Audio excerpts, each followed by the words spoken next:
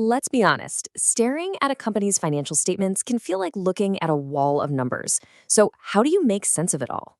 It's not just about the raw data, it's about finding the story hidden inside. And today, we're going to learn exactly how to read that story. So, right away, we hit a huge problem. You've got a local shop that made, say, $1 million, and then you've got a global giant that made 44 billion. If you just look at the dollars, the comparison is pretty much useless, right? The big company's numbers make the small one look tiny.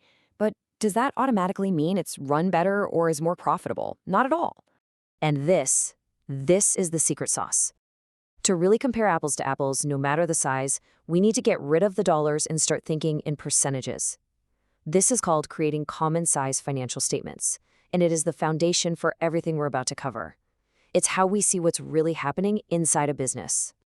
Okay, first up, vertical analysis. The best way to think about this is like taking a high-resolution snapshot of a company.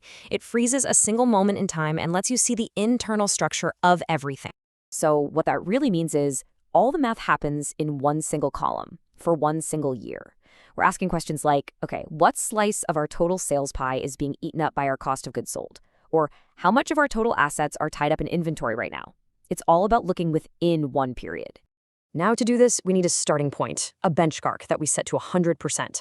For the income statement, that base is always net sales. For the balance sheet, it's always total assets. Every other number on that statement then becomes a percentage of that base. You've got to burn this into your brain, especially for the CMA exam. Okay, so check this out. This is where it gets really powerful. In the prior year, you can see the cost of goods sold ate up 95 cents of every dollar in sales. Yikes! That left a gross profit of only 5%. But look at the current year. They got their costs down to just under 92%, which pushed their gross profit all the way up to 8.3%. And that's the beautiful insight you get from vertical analysis. You see, the total sales in dollars could have gone up, down, or sideways. But the real story here is that the company got way more efficient. It's keeping more of every single dollar it earns. That's the kind of insight that matters. All right, so if vertical analysis is our snapshot, then horizontal analysis is the time-lapse video. This is how we see the movie of the company's performance, showing us how things have changed over time. So the big difference here is that now we're looking across the columns. We're comparing this year to last year, or maybe even 3 years ago. We're not looking at internal structure anymore. We're hunting for trends, for growth, for patterns over time. Now, pay attention here, especially my fellow CMA candidates. This is a huge deal. Horizontal analysis isn't just one single thing. There are two distinct flavors. You've got trend percentages, and you've got percentage change. And trust me, they are not the same thing. So let's talk about the first method, trend percentages.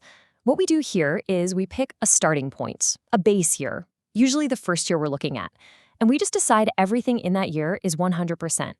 Then, every other year is shown as a percentage of that original base year. Take a look at this. The second prior year is our base, our 100%. Now, last year, sales took a little dip to about 93%. But whoa, look what happened to gross profit. It fell off a cliff, all the way down to 63.6%. Then, in the current year, sales bounced back nicely to 120%, but gross profit went nuts, exploding to over 136%. This tells you that for this company, profit is way more volatile than its sales. All right, on to method number 2. This is probably the one you're a bit more familiar with. It's just a simple calculation of the percentage growth or decline for every single line item from one year to the next. Let's look at this table.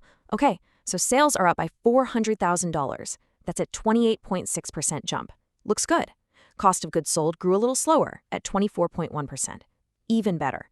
But then, your eyes travel down to selling expenses and you see something interesting. So the company grew its revenue by a really healthy 28.6%. At first glance, you might think, wow, great year. Management is probably pretty happy with that number. But then you see this. Selling expenses grew by a jaw-dropping 233.3%. This is the kind of massive red flag that horizontal analysis is designed to wave right in your face. Just looking at the raw dollars might not have made it so obvious. And that is the exact question an analyst needs to ask. What happened here?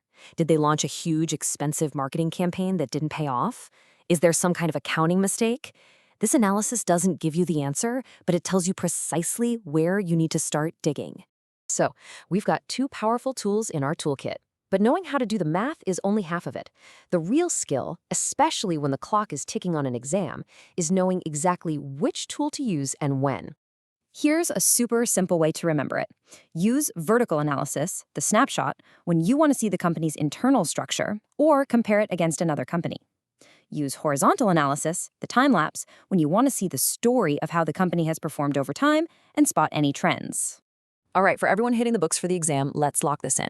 These are the classic traps. Don't confuse the vertical snapshot with the horizontal time lapse. And please, please remember that horizontal analysis has two different methods: trend percentages and percentage change. They ask different questions, so don't get them mixed up. At the end of the day, vertical and horizontal analysis aren't really about math. They're about translation. They're the tools that let you translate that big, scary wall of numbers into a clear story about a company.